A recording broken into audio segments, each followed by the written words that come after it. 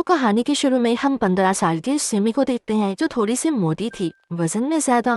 वो अपनी आंटी के पास ईस्टर मनाने आई थी। ईस्टर वो त्योहार जो क्रिश्चियन मनाते हैं। सिमी की आंटी क्लाउडिया का घर एक सुनसान इलाके में था। वो पहले एक न्यूट्रिशन रह चुकी थी। उन्होंने खाने पीने के बारे में बहुत सी किताबों को लिखा था कि इंसानों को क्या खाना चाहिए और क्या नहीं, कैसे उन्हें अपनी सेहत का ख्याल रखना है। उनकी सारी किताबें खाने पीने पर थीं। खैर सिमी अपनी आंटी से मिलती है, जो वो उससे आने की वजह पूछती है, तो सिमी बताती है कि मैंने आपको कभी नहीं देखा, तो इसलिए मैं आपको देखना चाहती थी। क्लाउडिया सिमी से पूछती है कि तुम यहाँ पर कितने दिन रहने आई हो। सिमी जवाब देती है 1 हफ्ता। क्लाउडिया कहती है नहीं, तुम 1 हफ्ता मेरे घर पर नहीं रुक सकती, तुम ईस्टर से पहले यहाँ से चली जाना। ये बात सुनकर सिमी थोड़ा हैरान हो जाती है। क्लाउडिया कहती है क्योंकि ईस्टर को हम लोग अकेले ही मनाना पसंद करते हैं। अब वो जाते जाते सिमी से ये कहती है कि तुम मेरे बेटे के कमरे में रह सकती हो। जिसके बाद सिमी अपनी मॉम को फोन करती है। सिमी का मकसद दरअसल यहाँ पर कुछ और था, जिसको वो बताने से शर्मा रही थी। वो बहुत मोटी थी, तो इसीलिए वो अपनी आंटी के पास कुछ ऐसी चीजों को सीखने आई थी, जिससे कि वो एक आम लड़की की तरह खूबसूरत नजर आ सके। रात को जब ये सभी खाना खाते हैं, तो यहाँ पर हमें क्लाउडिया का बेटा दिखाया जाता है, जिसका नाम फिलिप था। दरअसल फिलिप के असल डैड मर चुके थे, जिसके बाद क्लाउडिया ने एक दूसरे आदमी से शादी कर ली, जो इनके साथ ही रहा करता था। मगर खाना खाते हुए सिमी ये बात नोटिस करती है, क्लाउडिया का हस्बैंड उसके बेटे फिलिप को बिल्कुल पसंद नहीं करता। क्लाउडिया बहुत ही प्यार से फिलिप के लिए खाना लाती है। उसने मीट गोश्त को छोटे छोटे टुकड़ों में करके फिलिप को खाने के लिए दिया। सिमी देखती है कि मेज पर सिर्फ फिलिप और वो खाना खा रहे हैं, जबकि क्लाउडिया और उसका हस्बैंड ऐसे ही बैठे थे। उसी रात सिमी अपने मोटापे की वजह से बहुत परेशान थी, और जैसा कि हमें पता है कि उसका मकसद अपनी आंटी के पास भी आने का यही था कि वो स्मार्ट हो सके। कमरे में फिलिप सिमी से बदतमीजी करता है, क्योंकि वो उसे अपने कमरे में रखना नहीं चाहता था। तभी क्लाउडिया आती है, जो अपने बेटे को गुड नाइट किस करके उसके फोन को चेक करके चली गई थी। अगली सुबह सिमी वॉक करने जंगल में जाती है, जहाँ पर उसे सूखी लकड़ियों से बना हुआ एक हट झोपड़ी दिखाई दी थी, जिसमें एक बेड भी रखा हुआ था। खैर वो इस बात पर ज्यादा ध्यान नहीं देती और घर आ गई थी। वो नहाकर जब वापस आती है, तो क्लाउडिया के हस्बैंड को देखती है, जो वर्जिश कर रहा था। सिमी ये देखकर हैरान थी कि वो अभी भी इतना फिट है, हालांकि उसकी उम्र बहुत ज्यादा थी, मगर अब वो एक जवान लड़की की तरह नजर आ रहा था। सिमी कमरे में जाकर अपनी आंटी को देखती है, जो उसका सामान अलमारी में रख रही थी। क्लाउडिया को सिमी के सामान से अपनी किताब मिलती है, जिसे वो देखकर खुश होती है और पूछती है क्या तुमने मेरी इस किताब को पढ़ा। सिमी बताती है हाँ, मैं आपकी हर किताब को पढ़ती हूँ। शाम को सिमी देखती है क्लाउडिया और उसका हस्बैंड बहुत परेशान थे, क्योंकि फिलिप कहीं पर चला गया था। वो पुलिस को कॉल भी करते हैं और फिर तीनों उसे ढूंढने निकल गए थे। जल्द ही फिलिप उन्हें पास वाले जंगल से मिल जाता है। क्लाउडिया अपने बेटे को देखकर बहुत खुश थी कि चलो शुक्र है वो जल्दी मिल गया। रात को क्लाउडिया सिमी से कहती है कि अगर तुम अपना वजन कम करना चाहती हो तो मैं तुम्हारी मदद कर सकती हूँ। बिना रात के खाने में क्लाउडिया बहुत ही मजेदार खाना बनाती है, मगर वो सिर्फ फिलिप को दे रही थी, और सिमी से कहती है कि अगर तुम पतला होना चाहती हो तो तुम्हें अगले 4 दिन तक कुछ भी नहीं खाना। ये बात सुनकर सिमी थोड़ा हैरान थी, क्योंकि वो इन सब चीजों के लिए तैयार नहीं थी। वो ये नहीं जानती थी कि इतनी जल्दी उसका खाना ऐसे क्लाउडिया बंद कर देगी। तभी वो ये भी नोटिस करती है कि फिलिप हमेशा डरा और सहमा हुआ रहता था। रात का बचा हुआ खाना जब सिमी फेंक रही थी, तो उसका दिल भी करता है कि वो थोड़ा सा खा ले, मगर खुद पर काबू पा लेती है। रात को सोने से पहले क्लाउडिया उसका वजन भी चेक करती है। वो सिमी से कहती है कि मैं तुम्हारा रोज वजन चेक करूंगी और तुम्हें मेरी हर बात को मानना होगा, वरना तुम कभी भी एक खूबसूरत लड़की नहीं बन सकती। सिमी अपनी आंटी क्लाउडिया से ये वादा करती है कि वो उसकी हर बात को मानेगी। ये बात सुनकर क्लाउडिया भी खुश हो गई थी। जिसके बाद सिमी जब रात को सोने बेड पर आती है, तो देखती है उधर एक मरा हुआ चूहा था। ये देखकर वो डर गई थी और क्लाउडिया को बुलाती है। उसने उस मरे हुए चूहे को साफ कर दिया था। अब सिमी उस बेड पर सोना नहीं चाहती थी, क्योंकि वो डर गई थी। उसे लग रहा था कि ये काम फिलिप का होगा, क्योंकि उसने उसके हाथ में हमेशा एक चाकू देखा था और उस चूहे का सर भी कटा हुआ था। इसलिए वो बाहरी सोफे पर सोने का फैसला करती है। जो वो अपना बिस्तर लेकर जा रही थी, तो रास्ते में उसे क्लाउडिया का हस्बैंड मिलता है, जो कहता है कि तुम्हें अपना वजन कम करने की क्या जरूरत है, तुम जैसे भी हो अच्छी लगती हो। ये बातें सिमी को क्लाउडिया के हस्बैंड के मुंह से अच्छी नहीं लगती। उसकी बातों को इग्नोर करके वहाँ से चली गई थी। इसी तरह खैर 3 दिन गुजर जाते हैं। सिमी ने पिछले 2 दिन से कुछ भी नहीं खाया था। वो जब सुबह फ्लिप को नाश्ता करते हुए देखती है तो उसका भी दिल करता है, मगर वो क्लाउडिया के हाथों मजबूर थी। उसने उससे वादा किया था कि वो कुछ भी नहीं खाएगी। तभी क्लाउडिया सिमी को कमरे में बुलाती है क्योंकि उसके बैग से चॉकलेट का रैपर मिला था। वो गुस्से में सिमी से कहती है, तुमने हमारे उसूलों को तोड़ा है जबकि मैं तुम्हारा वजन कम करने में मदद करना चाहती हूँ। सिमी कहती है, नहीं मैंने कुछ नहीं खाया, ये फिलिप ने रखा होगा। क्लाउडिया कहती है, ठीक है मैं तुम्हें एक और मौका देती हूँ, अगर इसके बाद तुमने कोई और गलती की तो मैं तुम्हें माफ नहीं करूंगी और फिर ना ही तुम्हारी कभी मदद करूंगी। जिसके बाद सिमी देखती है कि फिलिप को चोट लगी थी और क्लाउडिया उसको भाप दे रही थी। ऐसा लगता था कि जैसे उसकी आंख पर किसी ने मारा हो। पूछने पर क्लाउडिया बताती है कि फिलिप सीढ़ियों से गिर गया और कुछ नहीं, मगर सिमी को ऐसा लग रहा था कि शायद क्लाउडिया का हस्बैंड फिलिप को मारता है। फिलिप भी खामोश रहता था, इसलिए वो उससे भी कुछ नहीं पूछ सकती थी। रात को खाना सिर्फ फिलिप ही खाता है। सिमी उसे बस देख रही थी, जाहिर है उसका खाना बंद था। उसी रात क्लाउडिया सिमी को एक तावीज देती है, उसे गले में पहनाकर कहती है, देखो अगर तुम्हें भूख लगे तो तुम इस तावीज को चुम लेना, जिससे तुम्हें कभी भूख नहीं लगी थी। कमरे में बेड पर चूहे के मरने के बाद सिमी कभी भी कमरे में सोने नहीं गई थी। वो बाहरी सोफे पर सोया करती थी।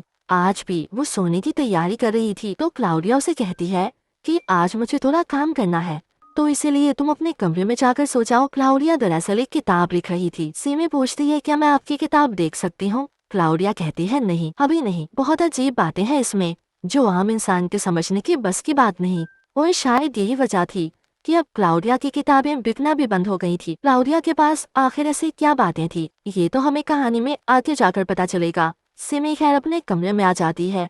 उसे भूख की वजह से नींद भी नहीं आ रही थी। वो उठती है और फ्रिज में जाकर खाना ढूंढने लगती है, मगर फ्रिज बिल्कुल खाली था। तभी वहाँ पर क्लाउडिया का हस्बैंड आता है जो सिमी के साथ बदतमीजी कर रहा था। सिमी के हाथ में चाकू था जिससे वो उसे जख्मी कर देती है। तभी उसकी आंख खुल गई थी। इसका मतलब सिमी का ये सिर्फ एक सपना था। वो जब जाकर फ्रिज को खोलती है तो उसमें खाने पीने का सारा सामान मौजूद था। सुबह भी हो चुकी थी। हमेशा की तरह लिपी अकेले खाना खाता है। यहाँ पर सिमी सोचती है कि चलो मैं तो अपना वजन कम करना चाहती हूँ, इसलिए मैं खाना नहीं खाती। मगर क्लाउडिया और उसके हस्बैंड का आखिर ऐसा क्या राज था? उन्हें कभी भूख नहीं लगती और न ही उन्होंने कभी उसके सामने खाना खाया था। सिमी को भूखे रही 5 दिन गुजर जाते हैं। आज क्लाउडिया का हस्बैंड शिकार पर जा रहा था। क्लाउडिया अपने हस्बैंड से फिलिप को भी साथ ले जाने का कहती है। सिमी भी उन्हें देखकर पूछती है, क्या मैं भी आपके साथ आ सकती हूँ? क्लाउडिया का हस्बैंड बच्चों को शिकार पर ले जाने के लिए तैयार था। अब ये तीनों शिकार पर चले जाते हैं। फिलिप शिकार में अच्छा तो नहीं था,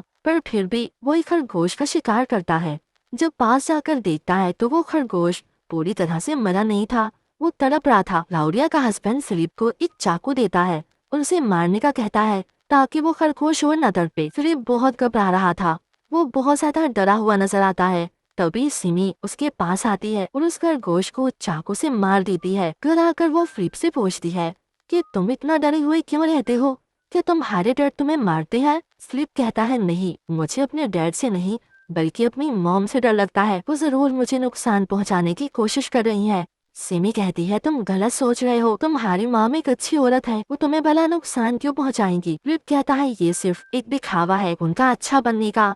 सब बातें सुनकर सिमी क्लाउडिया के पास जाती है और पूछती है कि आखिर फिलिप आपके बारे में ऐसे गलत क्यों सोचता है? ये बातें सुनकर क्लाउडिया रोने लगी थी। वो सिमी को बताती है कि मेरे बेटे का दिमागी तवाज़ुन खराब है, वो घर से अक्सर भाग जाता है और अब तो पुलिस भी हमारी उसे ढूंढने में मदद नहीं करती क्योंकि वो कई बार भाग चुका है, इसीलिए वो मुझसे नफरत भी करता है।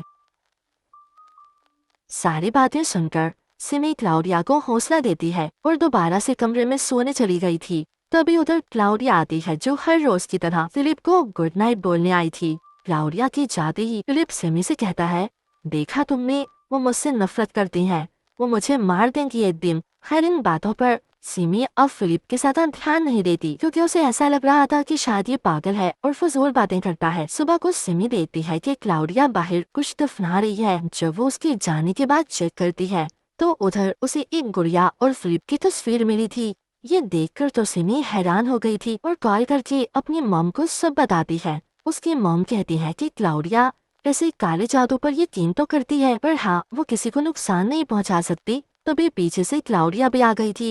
ये देखकर सिमी भी फोन को बंद कर देती है। सिमी के दिल में अजीब अजीब ख्याल आ रहे थे, इसलिए वो उस किताब को देखना चाहती थी जो हाल ही में क्लाउडिया लिख रही थी। जैसे ही वो उस किताब को देखती है तो डर जाती है, क्योंकि उस किताब में काले जादू जैसी चीजें और भूतों की ड्राइंग्स बनी हुई थी। उसमें ये भी लिखा हुआ था कि अपने बच्चों को कैसे खाया जाता है जादू के दौरान। ये सब तो देखकर सिमी का बुरा हाल था। वो यहाँ से अब जाना चाहती थी।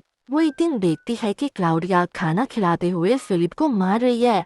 सिमी को यह सब कुछ अजीब लग रहा था। वो एक पल के लिए भी यहाँ पर रुकना नहीं चाहती थी, इसलिए वो भी एक प्लान बनाती है और फिलिप को बताती है कि मैंने गेट की चाबी को चुरा लिया है। फिलिप उसे कहता है कि सुबह 6 बजे हम दोनों इस घर से निकल जाएंगे। इतना कहकर सिमी सो गई थी, मगर वो जब जागती है तो सुबह के 8 बज चुके थे। फिलिप भी वहाँ पर नहीं था। घर का दरवाजा भी खुला हुआ था। वो सोचती है इसका मतलब फिलिप अकेला ही उसे यहाँ पर छोड़कर भाग गया। तभी क्लाउडिया का हस्बैंड आता है जो सिमी से पूछता है कि क्या तुम वापस अपने घर जाना चाहती हो। वो कहती है हाँ, मैं अब यहाँ पर और ज्यादा नहीं रुकना चाहती। वो कहता है तुम अपना सामान पैक करो, मैं तुम्हें छोड़ आऊंगा। सिमी अब इस घर से जाने से पहले आखिरी बार फिलिप को मैसेज करती है कि वो कहाँ पर है। तभी जवाब में फिलिप उसे अपनी उंगली भेजता है। ऐसा लग रहा था कि जैसे वो उसे छेड़ रहा हो। ये देखकर सिमी को गुस्सा आ गया था। अब उसे लगता है कि फिलिप वाकई पागल था और क्लाउडिया ने जो बातें उसके बारे में बताई थी वो सब बातें सच थी। इसलिए सिमी ने अपने फैसले को बदल दिया था।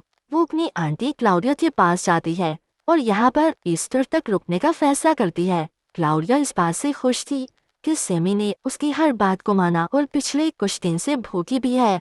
ईस्टर का दिन भी आ जाता है। क्लाउडिया और उसका हस्बैंड खाना खाने की तैयारी करते हैं। उन्होंने अपने घर के बाहर टेबल लगाया था। कुछ मोमबत्तियां भी जलाई जाती हैं। क्लाउडिया मीट गोश्त बनाकर लाती है, जिसे इस बार क्लाउडिया, उसका हस्बैंड और सिमी खा रहे थे। सिमी ने बहुत दिन बाद खाना खाया था, तो इसीलिए उसे ये खाना बहुत ही लजीज लग रहा था। खाना खाने के बाद सिमी जब सोने जाती है तो उसे नींद नहीं आती। उसकी नजर एकदम से बेड के नीचे जाती है तो उसे फिलिप का चाकू मिलता है, जिसे वो हमेशा अपने पास रखा करता था। उसे अब अजीब लगता है। वो उसकी भेजी हुई तस्वीर को एक बार फिर देखती है, जूम करती है। जब वो उस तस्वीर पर गौर करती है तो वो फार्म हाउस की तस्वीर थी, जहाँ पर एक हथौड़ा रखा हुआ था। ये सब कुछ सिमी ने पहले भी देखा था, इसीलिए उसे लगता है कि शायद फिलिप फार्म हाउस में छुपा हुआ है। वो जाकर जब फिलिप को आवाजें लगाती है तो उसका शक सही था। उसे फिलिप फार्म हाउस में मिलता है, मगर जिंदा नहीं, मरा हुआ। उसके जिस्म का आधा हिस्सा कटा हुआ था। जो रात के खाने में सिमी ने गोश्त खाया था और बाकी सब ने भी, वो फिलिप का ही था। ये देखकर तो सिमी खुद को संभाल नहीं पाती। वो पागलों की तरह हो गई थी। तभी उधर क्लाउडिया का हस्बैंड आ जाता है, जो उसको संभालता है और कहता है कि कोई बड़ी बात नहीं है, चलो मैं तुम्हें तुम्हारे घर छोड़ आता हूँ, तुम जल्दी सब कुछ भूल जाओगी। इसका मतलब क्लाउडिया के साथ उसका हस्बैंड भी मिला हुआ था। तभी उस सिमी के हाथ में जो फिलिप का चाकू था वो क्लाउडिया के हस्बैंड को मारकर वहाँ से भाग जाती है। वो अपनी गन लेकर उसके पीछे भागता है और क्लाउडिया से कहता है देखो वो भाग रही है। सिमी रोते हुए जंगल की तरफ भाग रही थी। उसके पीछे क्लाउडिया भी आ जाती है, जो उसे समझाना चाहती थी, मगर सिमी उस हद तक पहुँच गई थी जो हमने कहानी के शुरू में भी देखा था। जो पहले उसने बैग देखा था उसमें गैसोलीन पड़ा हुआ था। क्लाउडिया बातों में लगाकर सिमी को मारना चाहती थी, मगर सिमी उस पर वही तेल डालकर उसे जिंदा जला देती है। फिर वो किसी तरह भागकर अपनी गाड़ी तक आ गई थी, जहाँ पर क्लाउडिया का हस्बैंड जख्मी हालत में तड़प रहा था। वो सिमी से कहता है प्लीज ये गन लो और मुझे मार दो, मगर सिमी उसे नहीं मारती। वो चाहती थी कि वो ऐसे ही तड़पता रहे। उनके साथ ऐसा ही होना चाहिए था। इस कहानी के आखिर में बताया जाता है कि क्लाउडिया कुछ शैतानी ताकतों की पूजा किया करती थी। मतलब वो एक कर्ज से थी जिसमें अपने ही बच्चों को खाने का रिचुअल जादू था। क्लाउडिया का मानना था कि उनका बेटा अब अमर रहेगा, क्योंकि उसे खाने के बाद वो अब उनके जिस्म का हिस्सा बन चुका है। इस कहानी से हमें ये जानने को मिलता है कि क्लाउडिया इन सब चीजों पर यकीन रखती थी और फिर यकीनी इंसान से क्या कुछ नहीं करवाता, मगर हमेशा बुरे काम का बुरा अंजाम होता है, जैसे कि क्लाउडिया और उसके हस्बैंड का हुआ। और इसी के साथ इस फिल्म की कहानी भी यहीं पर खत्म हो जाती है।